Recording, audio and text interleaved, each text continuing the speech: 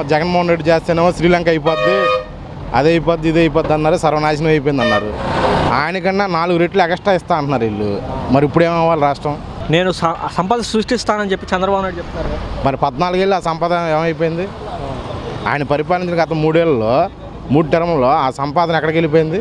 ఈ రోజున ఈ రాష్ట్రంలో చదువుకున్న వాళ్ళందరూ కూడా నేను హైదరాబాద్ వెళ్ళాలి, బెంగళూరు వెళ్ళాలి, కర్ణాటక వెళ్ళాలి, బొంబాయి వెళ్ళాలి అనుకుంటున్నారే కానీ ఈ రాష్ట్రంలో ఉద్యోగం నాకు వచ్చింది అనుకుంటున్నారు ఎవడైనా? ఇప్పుడు చెప్తున్నారుగా మొదటి సంతకం డిఎస్సీ మీద పెడతానని చెప్పి అన్నాడు. 20 లక్షల ఉద్యోగాలు కల్పిస్తాను. గతంలో కూడా బోల్డ్ ఉద్యోగాలు ఇస్తా అన్నాడు ఆయన. వచ్చినాయా? పోయిన గత 2014 నుంచి 19 వరకు ఎన్ని లక్షల మందికి ఉద్యోగాలు వచ్చినాయి ఈ రాష్ట్రంలో? మారిన చంద్రబాబు నాయుడు చూస్తారు, గతంలో కంటే ఇప్పుడు కొత్తగా మారిన చంద్రబాబు నాయుడు చూస్తారు. చూద్దాం, మరి 5 ఏళ్ళు చూడాలిగా. మరి ఆయన చెప్పినప్పుడు చూడాల్సిందే. అంటే ల్యాండ్ టైటిల్ మీద కూడా సంతకం పెడతానని చెప్పి చెప్పడం జరిగింది. అది తీసుకొచ్చిందేమో కేంద్రం కదా, ఎలా ఉంటుంది? మరి అది కేంద్ర ప్రభుత్వం కదా. ల్యాండ్ టైటిలింగ్ యాక్టింగ్ అనేది కేంద్ర ప్రభుత్వంది. ఈయన ఎలా రద్దు చేస్తాడు దాన్ని? దేశం మొత్తం ఒకటే యాక్ట్ కదా. దేశం మొత్తం ఒకటే యాక్ట్ చేయాలని మోడీ గారు తీసుకొచ్చిన యాక్ట్ అది. ఈ రాష్ట్రంలో ఈయన ఎలా రద్దు చేస్తాడు? అంటే దేశం, భారతదేశం ఒకటి, ఆంధ్రప్రదేశ్ ఒకటే కాదుగా. భారతదేశం మొత్తం వస్తుంది అది. వాళ్ళు ఏంటంటే ప్రజలకి బూచిగా చూపించి దాని ద్వారా లబ్ధి పొందారు అంతే.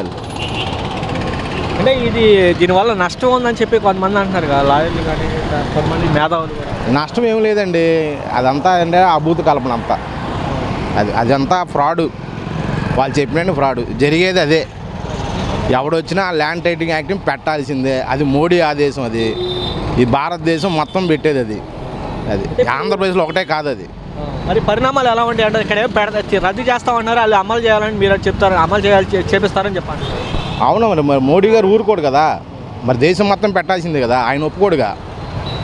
అది అంటే మీరు చూస్తున్నారుగా, ఇప్పుడు అనేక సంతకాలు కూడా ఈ రోజు చేయబోతున్నారని చెప్పి వార్తలు కూడా రావడం జరుగుతుంది. ఏదైతే ఉందో ఇప్పుడు మరి 5 ఏళ్ళు ఆయన ఏం చేస్తాడో చూడాలిగా. మనం కూడా అలా అనకూడదుగా. ఆయన హామీ ఇచ్చాడు, హామీ నెరవేరితే ప్రజలు ధన్యులు.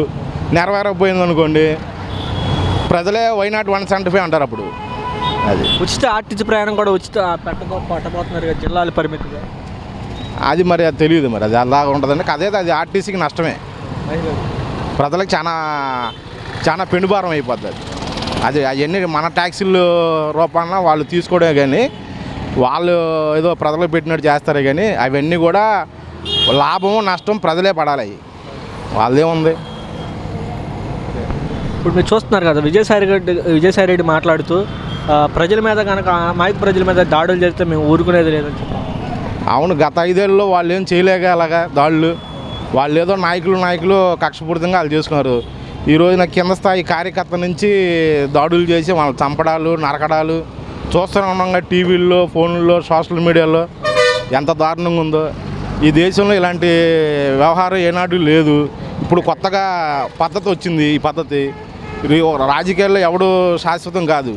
అలాంటిది వాళ్ళు వచ్చారని వీళ్ళు చేస్తారు, వీళ్ళు వచ్చారని వాళ్ళు చేస్తారు. తర్వాత పూర్తిగా నష్టపోయేది ప్రజలే. ఇప్పుడు ప్రజలు ఆ ప్రస్తుతం పరిస్థితి అయితే భయాందోళన ఉన్నారు. అది వాటి నుంచి చంద్రబాబు గారు తప్పించి సంక్షేమం, అభివృద్ధి మీద ఈ రాష్ట్రాన్ని నడిపిస్తే బాగుంటుంది. ఇలాగ కొట్లాటలు, కక్షలు, సాధింపులకు వెళ్తే ఈ రాష్ట్ర భవిష్యత్తు నాశనం అయిపోద్ది.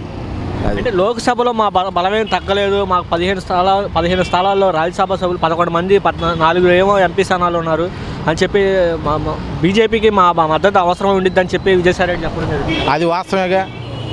మరి ఏ బిల్లు అప్రూవల్ ఉన్నా రాజ్యసభలో అప్రూవల్ అవ్వాలంటే జగన్మోహన్ రెడ్డి సెకండ్ ప్లేస్లో ఉన్నాడు. వాళ్ళు మద్దతు ఉంటేనే బిల్లు అప్రూవల్ అయ్యేది.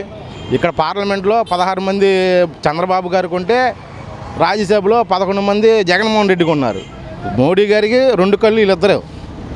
అది వీళ్ళిద్దరూ సపోర్ట్ ఉంటేనే ఆయన ప్రభుత్వం నడపగలడు. లేదంటే రేపో మాపో ఆ ప్రభుత్వం కూడా కూలిపోద్ది. నా దేశం ఒక 6 నెలలు ఉంటుందేమో అనుకుంటున్నా కేంద్ర ప్రభుత్వం.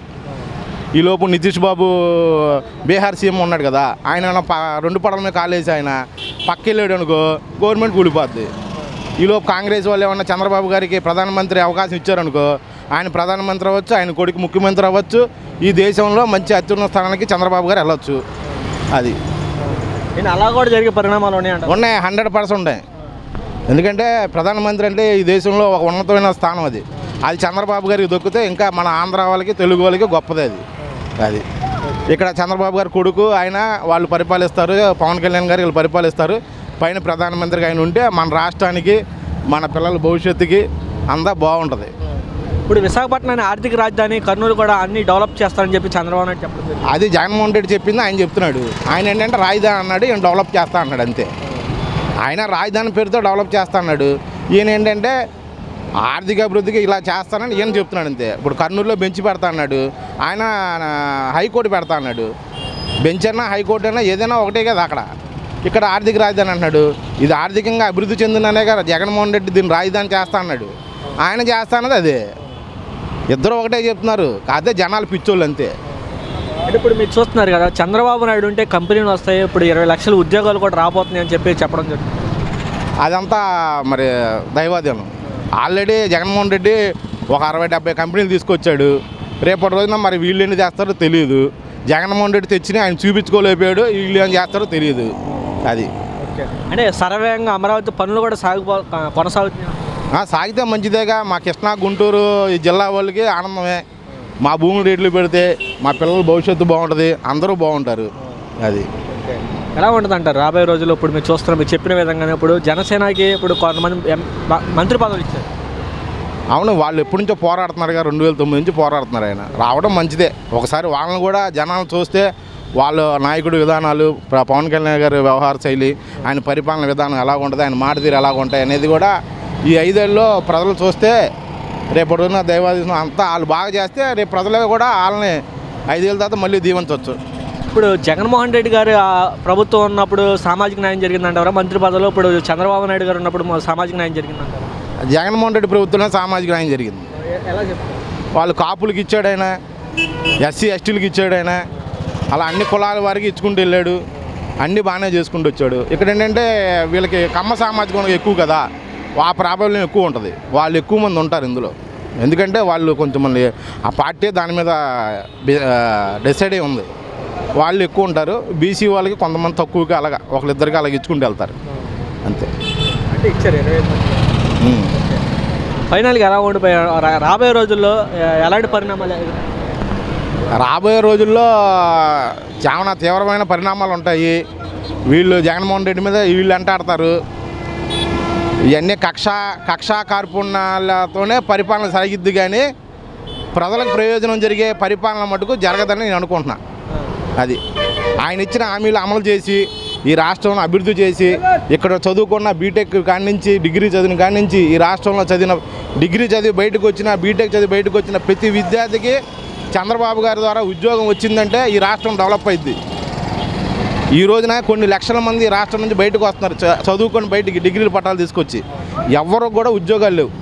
వాళ్ళందరూ కూడా ఆయన ఉద్యోగాలు ఇప్పించి ఆయన ప్రయోగం చేస్తే ఈ రాష్ట్రం అత్యున్నత స్థానంలోకి వెళ్ళిద్ది. ఈ 5 ఏళ్ళలో చేయడం అనేది కష్టం. ఒక వ్యక్తికి అధికారం ఇస్తే 10 ఏళ్ళు ఇవ్వాలి. 10 ఏళ్ళు ఇస్తేనే ఎవడైనా ఏదైనా చేయగలడు. 5 ఏళ్ళు తమిళనాడు తరహాలాగా మన ఆంధ్ర రాజకీయం మారిపోయింది.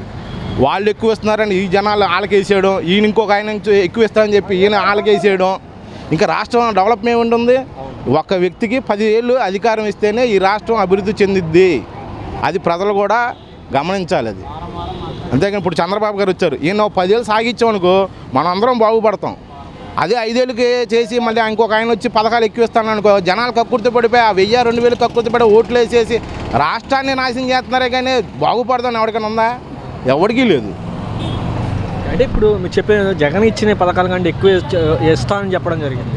దానివల్ల ప్రజలు మళ్ళారని చెప్పి వాస్తవం. అది జగన్ ఇచ్చిన పథకాల కన్నా ఇప్పుడు ముసలు వృద్ధులు ఉన్నారు. గత 2 నెలల ముందు ఏమన్నారు, మా పెన్షన్లు మా ఇంటికి వచ్చి ఇచ్చేవాళ్ళు మమ్మల్ని నాశనం చేశారు, చంద్రబాబుని నానా తిట్లు తిట్టారు. ఆయన 1000 ఇస్తాను మీకు 4000 ఇస్తా అన్నాడు, 3 నెలలకి 3000 ఇస్తా అన్నాడు. ఆ 7000కి ఆశపడి వృద్ధులందరూ కూడా ఆయనకే వేశారు ఓట్లు. అది దాన్ని మనం తప్పు పట్టవసరలా. వృద్ధులందరూ కూడా చంద్రబాబు గారికి వేశారు ఓట్లు. వైసీపీ మటు వేయలే. ఎందుకని? ఆ 1000 రూపాయలకి ఆశపడ్డారు వీళ్ళు. ఇంటికి వచ్చి పెన్షన్ తీసుకుంటున్నాడు, మనకి పెన్షన్ ఇస్తున్నాడు అని ఆశ, అది దాని మీద ఆశపడలా, నమ్మకం పెట్టుకోవాలా. నాకు 1000 రూపాయలు ఎక్స్ట్రా వస్తుంది, చంద్రబాబు వస్తే 1000 రూపాయలు ఎక్స్ట్రా ఇస్తున్నాడు, ఈ 3 నెలలకి 3000 ఎక్స్ట్రా ఇస్తున్నాడు, 7000 వస్తున్నాయి. ఆ 7000కి ఆశపడి వీళ్ళ 66 లక్షల మంది ఓట్లు వేశారు ఆయనకి. ఇప్పుడు జగన్ ఓటమి కారణాలు అంటూ ఉంటారు ప్రధానంగా. జగన్ ఓటమి కారణం ఏంటంటే 2019లో పనిచేసిన వైఎస్ఆర్సీపీ కార్యకర్తలు 2024లో పనిచేయలే.